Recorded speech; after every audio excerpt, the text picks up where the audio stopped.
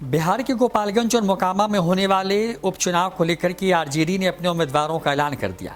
मोकामा से अनंत सिंह की पत्नी नीलम देवी मैदान में उतरेंगी तो नीलम देवी ने इस मौके पर दावा कर दिया है कि मैं भारी मतों से जीत हासिल करूंगी। वहीं गोपालगंज में भाजपा की कुसुम देवी के खिलाफ राजद ने मोहन प्रसाद गुप्ता को उम्मीदवार बनाया है।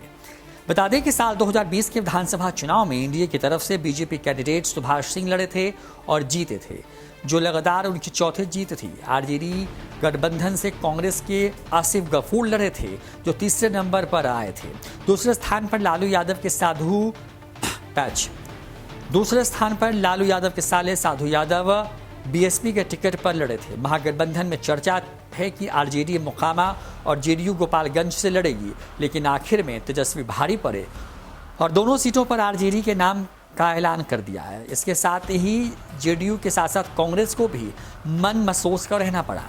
बता दें कि बीते रविवार को ही भाजपा ने बिहार में 2 विधानसभा सीटों पर हो रहे उपचुनाव के लिए अपने उम्मीदवारों के नाम की घोषणा की थी। गोपालगंज से कुसुम देवी और मोकामा से सोनम देवी भाजपा के उम्मीदवार होंगी। कुसुम देवी गोपालगंज से भाजपा के दिवंगत विधायक सुभाष सिंह की पत्नी हैं। सुभाष सिंह के निधन से ही यह सीट खाली हुई है। वहीं मोकामा में बाहुबली नलिनी रंजन उर्फ ललन सिंह की पत्नी सोनम देवी को उपचुनाव में लड़ाने का पार्टी ने फैसला लिया है। साल 2010 में सोनम लोजपा से चुनाव लड़ी थीं और दूसरे स्थान पर रही थीं। वहीं उनके पति ललन सिंह 2015 में जाप से चुनाव लड़े थे। मोकामा के पूर्व विधायक बाहुबली अनंत सिंह को कोर्ट द्वारा एक मामले में दोषी करार दिए जाने के बाद उनकी विधानसभा की सदस्यता समाप्त कर दी गई है। इस कारण यह सीट खाली हुई है। साल 2020 में अनंत सिंह राजद के टिकट पर चुनाव लड़े थे। उन्होंने जदयू उम्मीदवार को वहां पर हराया था, तब जदयू एनडीए में थी। इस बार उपचुनाव में मोकामा से अनंत सिंह की पत्नी नीलम देवी मैदान में हैं। ऐसे में यहाँ 2 बाहुबलियों की पत्नियों में मुकाबला हो रहा है। बिहार में अब इन दोनों सीटों पर 3 नवंबर को वोट डाले जाएंगे, जबकि 6 नवंबर को चुनावी नतीजे।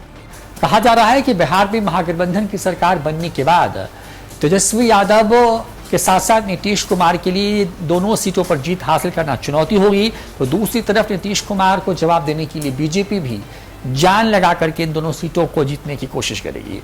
अब कौन किस सीट पर जीतता है ये अभी कहना जल्दबाजी होगी, लेकिन मोकामा सीट को लेकर के जानकार कहते हैं कि यहां पर अनंत सिंह की पत्नी नीलम देवी का पलड़ा भारी है, तो गोपालगंज सीट पर बीजेपी प्रत्याशी का पलड़ा फिलहाल भारी नजर आ रहा है। हालांकि गोपालगंज लालू यादव का गृह जिला है। अब देखना होगा कि लालू का तिलिस्म बीजेपी से इस सीट को छीन लेता है या फिर बीजेपी इस सीट को बचा पाने में कामयाब होती है। न्यूज 4 नेशन के लिए रोहित कुमार की रिपोर्ट।